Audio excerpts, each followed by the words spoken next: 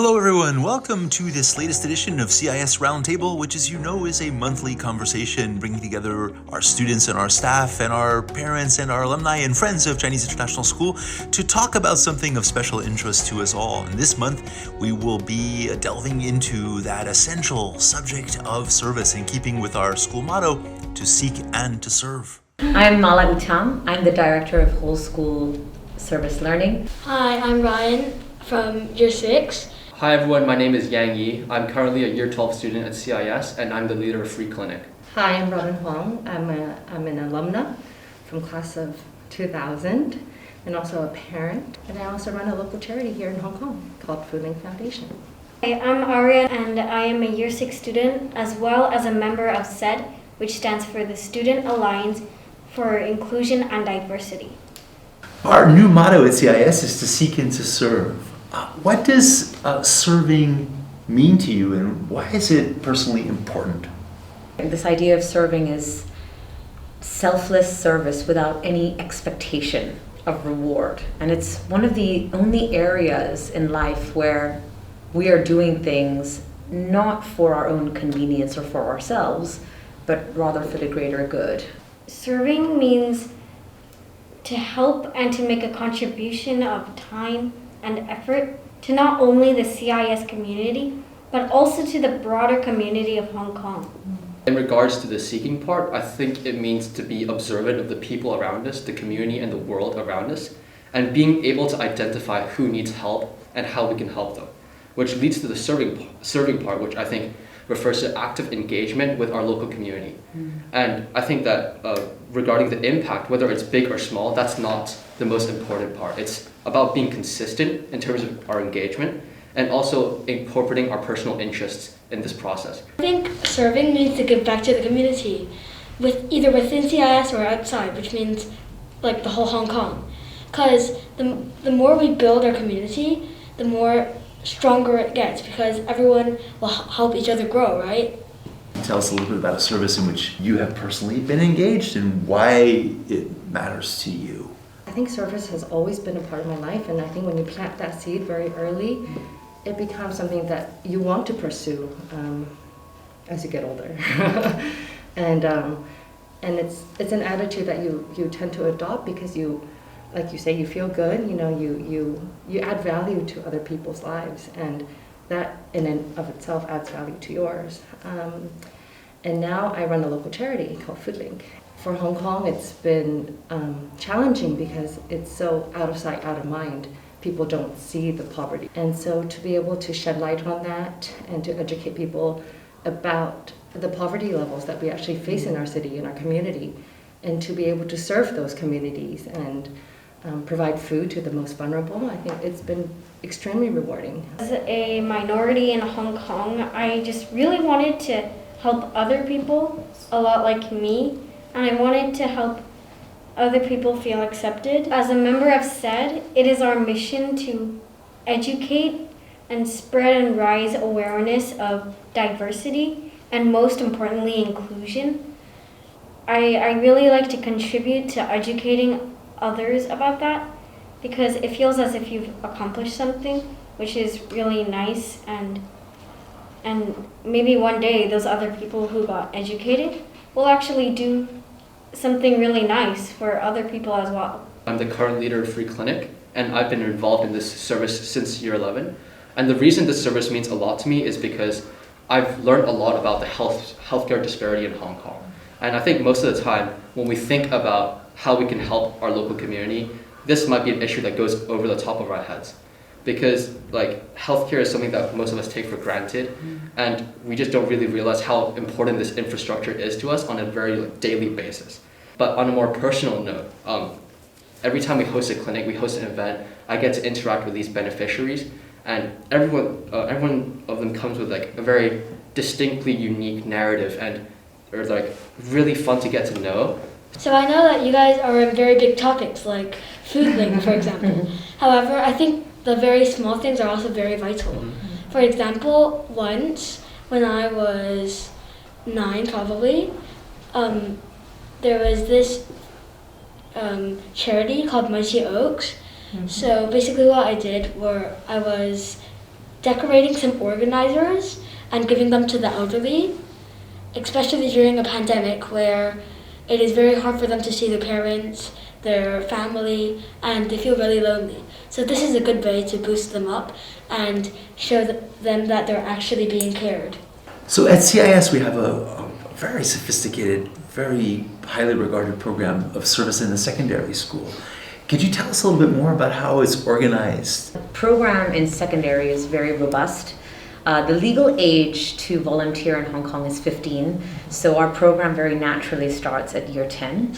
And again, this is something that sets us apart from other schools whose service program usually starts at year 12 and year 13. At the beginning of each year, in September, we have a large service fair, which is completely student-run. It's one of those times of year where you really see the vertical integration amongst year groups. You see student agency in a very authentic way, but also where you have 25 different NGOs that are representing all sorts of different needs in Hong Kong come together because they have relationships that are completely managed by our students. We encourage our students to follow their passions but use their power. And so as a result, we have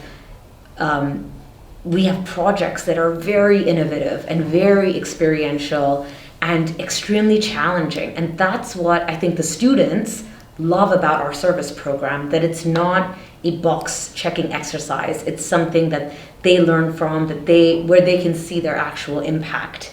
What's your experience been like as a secondary student? So since recently we have a new organization as to what service looks like in the secondary department. Mr. Tam established these coalitions. The coalitions are actually structured around the UN SDG goals, which have distinct themes and distinct methods of achieving these goals. So using an example of kick action, 1 inch vertical, and run, these three are all services that aim to empower minorities through the means of physical exercise and physical well-being. So these three service groups would be in the same coalition. So now we have a service council, which I'm the secretary of, and I've been able to see how we've evolved over the past months. So I think now with the coalition, this structure, and every Thursday we have a lunch meeting, these different NGOs, these different service groups, were able to share resources. We're able to pull in new ideas and aim for these larger scale projects so we can deliver a greater impact. With Vision 33, we're trying very hard to extend service into the primary school. Could you tell us a little bit more? As part of this year 1 journey, it's looking at what we have in place in primary and making sure that actually those activities are aligned with our vision, mission, priorities, and our values. And oftentimes they are already, but that each of the activities that we do are, developmentally appropriate for the children. We have 2 year 6 students here, and they've been the major beneficiaries of new things that we've tried in primary. So on October 12th, we had a service learning day where we had 4 different community partners come in, and our students cycled through different workshops learning about plastic pollution and fast fashion and food insecurity. And they had a chance also to be active in decorating holiday cards for marginalized communities and knitting scarves for elderly at Mighty Oaks.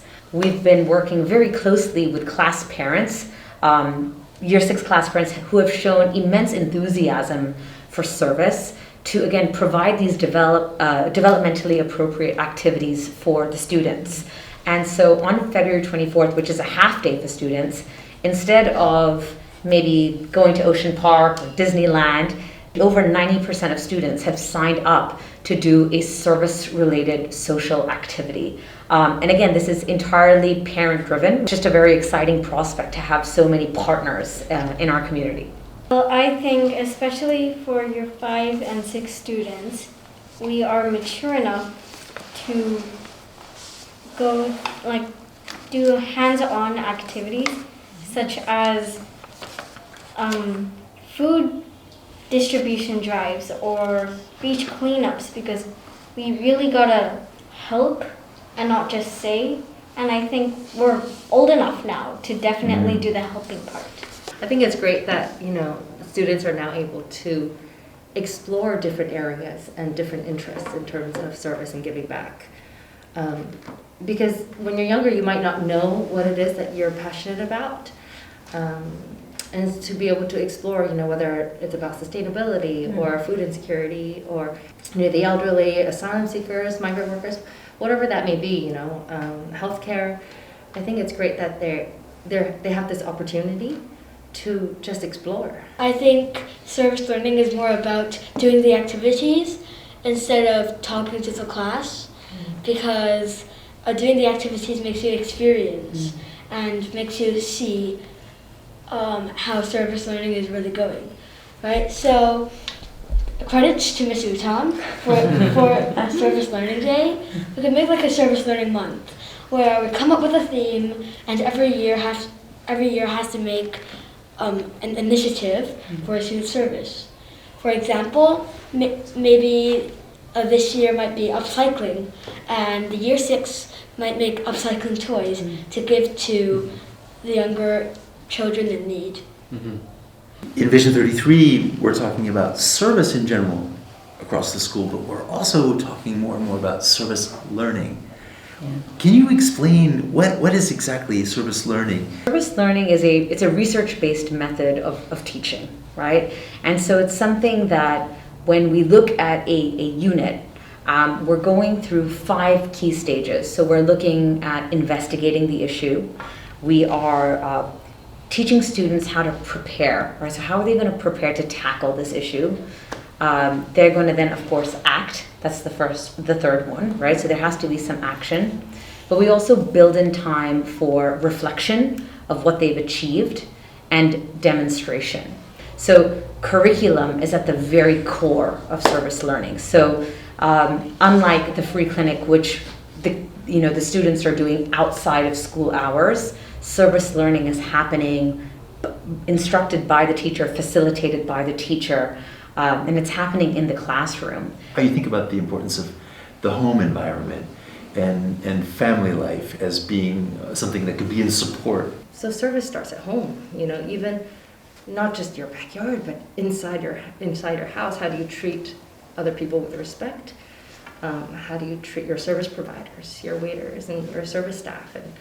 And I think these are things that is very critical at a young age, and you set those standards and values at a young age. Do you feel like the experience you've had here is one that you'll carry with you into the future? Yeah, for sure. I think with service learning, a key part of it is being able to integrate it into our daily lives. And there's 2 main reasons. First, I think that what service learning has taught me is being just more aware of the people around us and the issues that are present.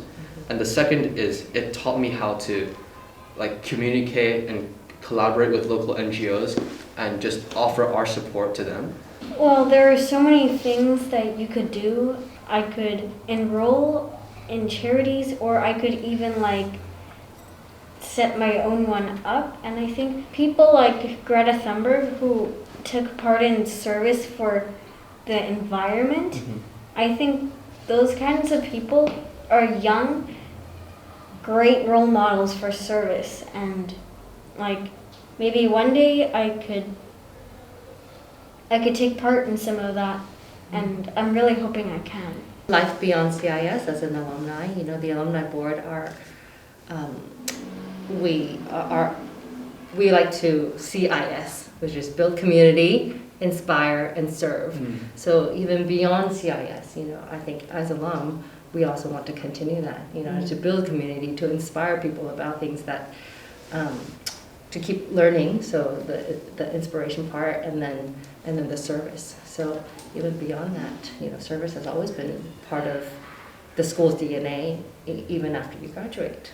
What's a message you would each like to share with your fellow CIS students or young people in our community? A lot of times when people first start service, it can be an overwhelming experience. They don't know really, everyone's really passionate and they want to address and help our community, but they don't really know where exactly to start.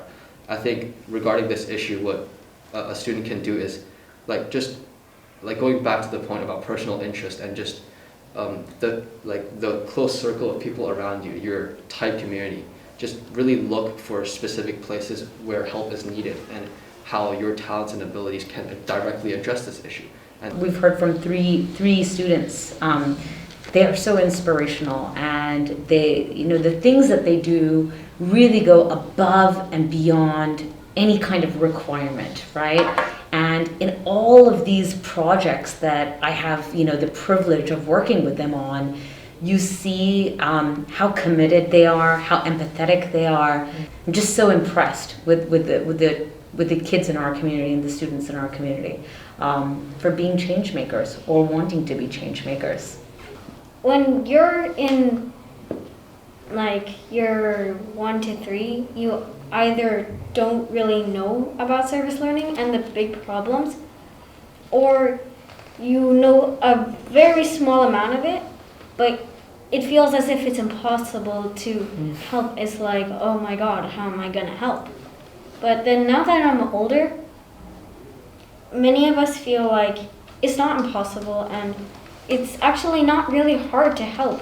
It's just small actions, like how Ryan said, they're important and they can really make a difference. So if you have a chance to participate in events, to help, to serve, you should definitely take it, because those are really good opportunities for the whole community to get better. It's just one step at a time.